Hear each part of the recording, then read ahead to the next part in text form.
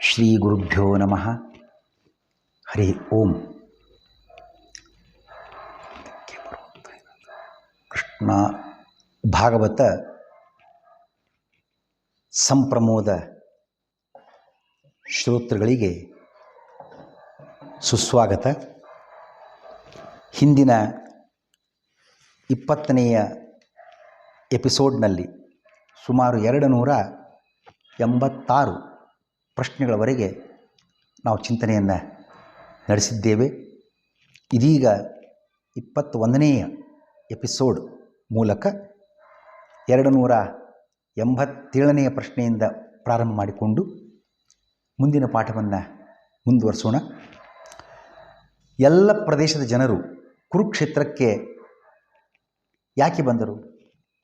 ಕೃಷ್ಣ ಒಂದು ಖಗ್ರಾಸ ಸೂರ್ಯಗ್ರಹಣದಲ್ಲಿ ಸ್ನಾನದಾನಗಳನ್ನು ಮಾಡೋಣ, ಪವಿತ್ರ ಕ್ಷೇತ್ರ, ಪವಿತ್ರ ಕಾಲ, ಪವಿತ್ರ ಸಂದರ್ಭಗಳಲ್ಲಿ ಈ ಸ್ನಾನದಾನಗಳನ್ನು ಮಾಡಿದಾಗ ವಿಶೇಷ ಫಲ, ಅದಕ್ಕಾಗಿ ಎಲ್ಲರೂ ಕೂಡ ಬನ್ನಿ ಅಂತ ಆಹ್ವಾನವನ್ನು ಕೊಟ್ಟಿದ್ದಾನೆ. ಎಲ್ಲರೂ ಕೂಡ ಬಂದಿದ್ದಾರೆ. ಈ ಗ್ರಹಣದ ಬಗ್ಗೆ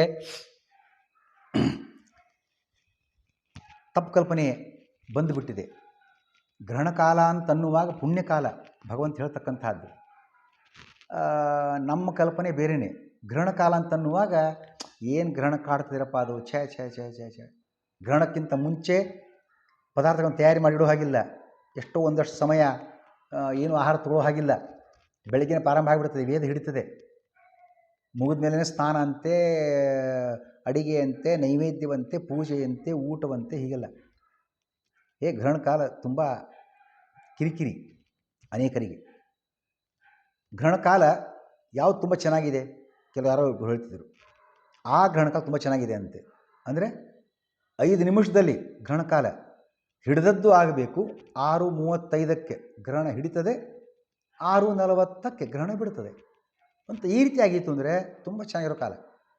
ಸ್ನಾನಕ್ಕಾಗಿ ಪಂಜ ಹುಡುಕಿ ಸ್ನಾನ ಮುಗಿಸೋದ್ರೊಳಗಾಗಿಯೇ 2 ಸ್ನಾನ ಆಗಿಬಿಡುತ್ತೆ ಒಂದರಲ್ಲೇ. ಹಿಡಿದದ್ದು ಆಯಿತು, ಮುಗಿದದ್ದು ಆಯಿತು. ಈ ಗ್ರಹಣ ಕಾಲ ತುಂಬ ಚೆನ್ನಾಗಿದೆ ಅಂತ ಅನೇಕ ಅಂದ್ಕೊಂಡು ಇರ್ತಾರೆ. ಅಲ್ಲ, ವಾಸ್ತವದಲ್ಲಿ ಗ್ರಹಣ ಕಾಲ ದಾನಕ್ಕೆ, ಜಪಕ್ಕೆ ಹೇಳಿ ಮಾಡಿಸಿದ ಪವಿತ್ರ ಕಾಲ. ನಾರ್ಮಲಾಗಿ ಇವತ್ತು ನಾವು ಜಪವನ್ನು ಮಾಡ್ತೀವಿ. ಯಾವುದು ಗಾಯತ್ರಿ ಇರ್ಬೋದು, ನಾರಾಯಣಾಷ್ಟಾಕ್ಷರ ಇರ್ಬೋದು. ಇದೆಲ್ಲ ಜಪಸಿದ್ಧಿ ಆಗಬೇಕು ಅಂತಾಗಿದ್ದರೆ ಅಕ್ಷರ ಲಕ್ಷ ಆಗಬೇಕು ಮೊದಲು, ಆಮೇಲೆ ಸಿದ್ಧಿಯ ಸಂದರ್ಭ ಪ್ರಾರಂಭವಾಗ್ತದೆ. ಎಷ್ಟು ಅಕ್ಷರ ಆ ಮಂತ್ರದಲ್ಲಿ ಉಂಟೋ ಅಷ್ಟು ಜಪವನ್ನು ಮೊದಲು ಮಾಡಬೇಕು, ಆಮೇಲೆ ಸಿದ್ಧಿಯ ಪ್ರಾರಂಭ. ಗ್ರಹಣ ಕಾಲದಲ್ಲಿ ಮಾಡಿದಾಗ 1ಕ್ಕೆ 1000 ಪಟ್ಟು ಫಲ. ಗ್ರಹಣ ಕಾಲಕ್ಕೆ ನಿತ್ಯದಲ್ಲಿ 1 × 1 ಅಷ್ಟೇ ಫಲ. ಆ ಚಿಂತನೆ ತಂದುಕೊಂಡ್ರೆ ತುಂಬ ಒಳ್ಳೆಯ ಫಲವನ್ನು ಪಡ್ಕೊಳ್ಬಹುದಾಗಿದೆ. ಹಾಗಾಗಿ ಎಲ್ಲರಿಗೂ ಭಗವಂತ ಹೇಳಿದ ಕುರುಕ್ಷೇತ್ರಕ್ಕೆ ಸೂರ್ಯಗ್ರಹಣ, ಖಗ್ರಾಸ ಸೂರ್ಯಗ್ರಹಣ ಕಾರ್ಯಕ್ರಮ ನಡೀಲಿಕ್ಕಿದೆ. ಎಲ್ಲರೂ ಅಲ್ಲಿಗೆ ಬನ್ನಿ, ಪವಿತ್ರ ಕ್ಷೇತ್ರದ ಸ್ನಾನಗಳಿಂದ ದಾನಗಳನ್ನು ಮಾಡೋಣ ಅಂಥೇಳಿ ಎಲ್ಲರೂ ಬಂದಿದ್ದಾರಂತೆ. ಕುರುಕ್ಷೇತ್ರದ ವಿಶೇಷತೆ ಏನು? ಪರಶುರಾಮನ ಪರಾಕ್ರಮದ ಪ್ರತೀಕವಾದುದು ಸ್ಯಮಂತ ಪಂಚಕ. ಪರಶುರಾಮನ ಪರಾಕ್ರಮದ ಪ್ರತೀಕವಾಗಿರತಕ್ಕಂಥದ್ದು ಈ ಸ್ಯಮಂತ ಪಂಚಕ. ಪರಶುರಾಮನು ಯಾಗ ನಡೆಸಿದ ಸ್ಥಳವೂ ಕೂಡ ಇದೇ ಆಗಿದೆ. ಇಷ್ಟೇ ಅಲ್ಲ, ಸತ್ಯ ಅಸತ್ಯ, ನ್ಯಾಯ ಅನ್ಯಾಯ, ಧರ್ಮ ಅಧರ್ಮಗಳ ಹೋರಾಟದಲ್ಲಿ ಸತ್ಯ ನ್ಯಾಯ ಧರ್ಮಗಳಿಗೆ ಜಯ ತಂದಿತ್ತ ಮಹಾಭಾರತದ ರಣಭೂಮಿ ಈ ಪುಣ್ಯಭೂಮಿ ಕುರುಕ್ಷೇತ್ರ. ಸ್ಯಮಂತ ಪಂಚಕ ಅಂತ ಈ ಜಾಗಕ್ಕೆ ಹೆಸರು. ಯಾಕೆ ಆ ಹೆಸರಿಗೆ ಏನು ಕಾರಣ ಅಂತ ನೋಡ್ಬೋದಾ? ಸ್ಯಮಂತ ಅಂದರೆ ಸರೋವರ ಅಥವಾ ಕೆರೆ ಅನ್ನೋ ಅರ್ಥಗಳಿವೆ. ಸ್ಯಮಂತ ಪಂಚಕ 5 ಕೆರೆಗಳಿರುವ, ಪಂಚಕ ಅಂದರೆ 5 ಕೆರೆಗಳಿರುವ ಪ್ರದೇಶ. ಇವು ನೀರಿನ ಕೆರೆಗಳಲ್ಲ, ರಕ್ತದ ಕೆರೆಗಳು. ಯಾಕೆ?